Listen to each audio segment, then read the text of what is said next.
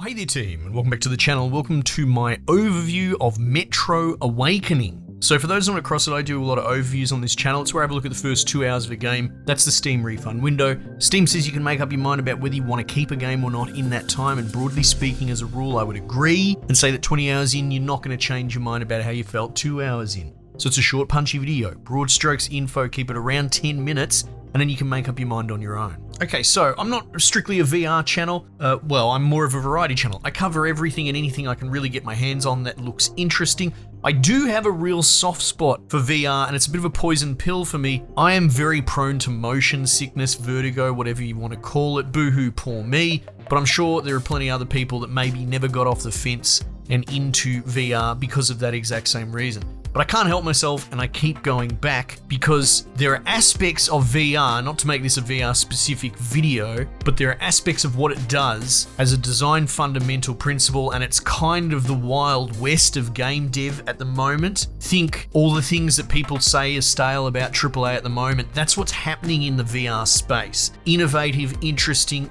rule of cool is the first important point. Anyway, this is my attraction to VR. This game is really cool. I really like it, and I might well put some more time into it because I've managed to play through this without getting crooked. Well, at least in the back half. So first thing out of the gate, this is a full-fledged, full price. I mean, VR games are expensive anyway. There is kind of a bit of a premium to them. But from what I understand, this is a full-on, AAA scale type narrative game. Cutscenes and all. And so far, I really like what they're doing. It is pushing into that sort of AAA sensibilities that has kind of been missing in the VR space. Big part of the opening of this game is sort of doing a cart ride through tunnels with operatic, classical overtures playing with a credit roll coming through your screen. This is good. This is what it's really been missing and what could get more mainstream people in. But before I lose the thread, I'll explain. Motion sickness wise, I have been a stickler about standing up for playing these sort of games. Room size boundaries. That was the Kool-Aid we were told to drink around VR, and funnily enough, the most fun I've ever had in VR for most titles are things like cockpit simulators. Star Wars Squadrons, I love to death. I got a bit of value out of Elite Dangerous, some racing sims, Rally. You'd think that stuff would make me crook, but it doesn't because I'm sitting down. When I started playing this, I got almost violently sick because it does want to disembody you for some sort of floating cutscenes. And I was falling over while the camera was slowly moving through the sky. And look, in exacerbation, I came back to it today. I did chip away at this when it released a week or two ago. But I came back today and said, bugger it, let's just sit down. Let's just see where that world's at. And my God, is it viable? It's the way I'm going to play all VR forever more. And I'm just really quite impressed with how much more feasible it is with someone with, let's say, my affliction. So much so that I turned it from the sort of comfort default settings to the immersive normal settings. So I was teleporting around a bit. That was sort of the default move, and that's how I played a lot of Half-Life Alyx. And yeah, so before long I was speeding around, driving around. The still segmented 45-degree turns, but I think that's the way to play it.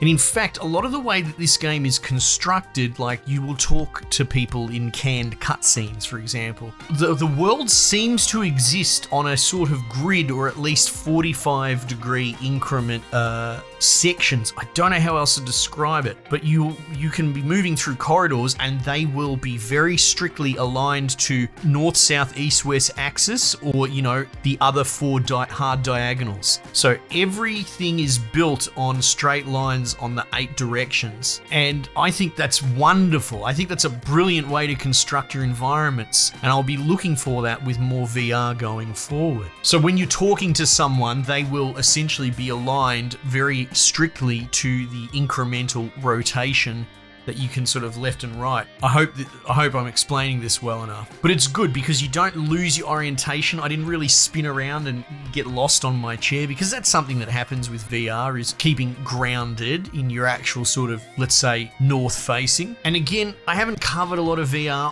I've dipped my toes in the background over the years, but a lot of it doesn't make it on the channel because I don't put a lot of time in because I feel unwell. But these guys, Vertigo Games, are doing very well for themselves. So yeah, this is great. I'll talk a bit more mechanically quickly, but because I'm coming back to VR, I thought it was probably worth just front-loading some of that info. But I looked at Arizona Sunshine 2 off-channel, didn't make it onto the channel. I really enjoyed that when I wasn't sick, and I've got the remake sitting in my library too, so I might check that out. I am running on Quest 2 hardware, which from what I understand is a little bit dated, and when my 2 hours were up, I kind of didn't want to stop. I just got an AK and I was ready to rip some heads. So much so that I've ordered a Quest 3. They've got the exclusive new Batman game. Didn't even know that existed. Maybe you didn't either, but yeah, there's a full-fledged AAA scale Batman game released on VR only, so that's in the mail, so stand by, we'll do a video on that. But yeah, I would actually say, so far from my impressions, this is definitely a must-buy if you're an enthusiast for VR, if you're an enthusiast for Metro. I mean, it's a hard pill to sell to anyone to buy a VR headset sight unseen. So is this a console seller?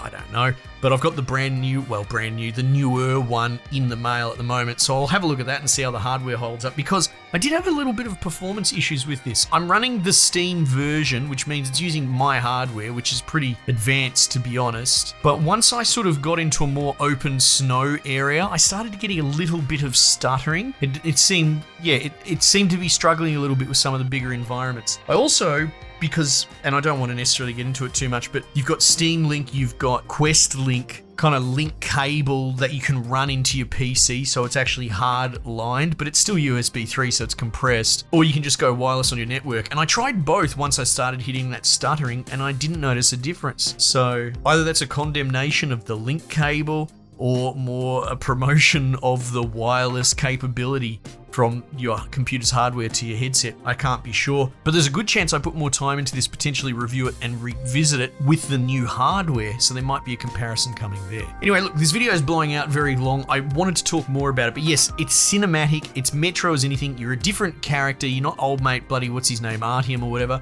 You're this doctor. Interesting backstory so far. I mean, it's pretty by the numbers basic, but it's enough. Again, I'm a caveman that likes playing games. The story is always secondary to me. But you've got, you know, a wife and a tragic backstory, lost a son, she's struggling mentally. But the interesting thing is your dude is a doctor, and not quite one-dimensionally, but they're very much anchoring him to the idea of everything has an explanation, a scientific explanation. It's not very subtle, but, you know, oh, monsters are just things we don't fully understand yet. And I kind of appreciate this lower fidelity character, to be honest, because it kind of makes him a little bit more, well, like I said, grounded, rigid, kind of a bit more primal in his motivations and character. And again, I will go back and cover the Arizona Sunshine games, but all the gunplay's there from them, standard fare. Some comparisons would be that, at least so far, they're being a lot more horror, more sparing with ammo, or rather, you can and will run out if you're not careful with your shots.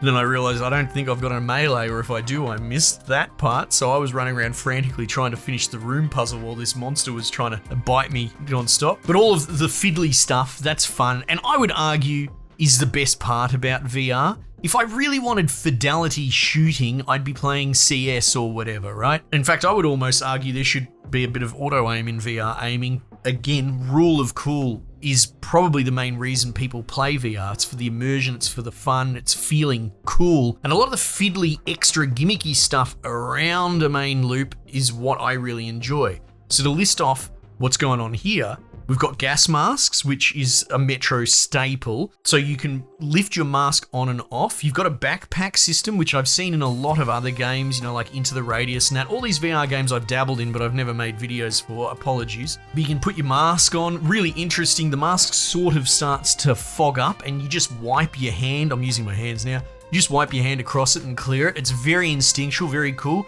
You've got like a headlamp and you just lift your hand up and press the trigger button and you turn it on and off. You can pull out filters and change them. You've got like a little beeper timer to scare the shit out of you and put pressure on you when you're in a radioactive area, and you start getting these sort of radioactive splots all over your vision. So again, really interesting, fun little fiddly mechanics. You've got like a generator, a wind-up generator on your backpack that you have to pull out, hold on with one hand and wind it, and on the other hand to charge your head battery up. And then there'll be these doors, which are powered doors, require you to pull out said hand crank generator generator and plug its little electrodes into the wall generator and then wind it up and then turn the twisty knobs on the wall generator to open the door. And look, those are the things that I love the most. All those little bits and pieces add so much to the entire reason you're playing VR. Again, not to go too circular, it's less about precision in the traditional game sense, and it's more about creating a memorable experience with all these cool little mechanics that you just cannot do in any other system. So yeah, look, I don't want this video to go on much longer. I'm really impressed. I'm very happy that I've sort of found a way around the VR motion issues. If you personally are worried about that or you've had it happen yourself, trust me, I get vertigo worse than anybody. And so if I can overcome it by being very firm about sitting down with the settings, I'm sure even you can do it. And yeah, otherwise, I'm looking forward to Batman, and I'm probably going to keep my finger on the pulse with a bit more VR. Again, we're not turning into a VR channel, but I will cover the interesting high-profile releases as they come, like that Alien game. Ooh, that's going to be cool. Anyway, team, let's put a pin in it there. Might just leave it there for the time being, and I'll catch you guys on the next one.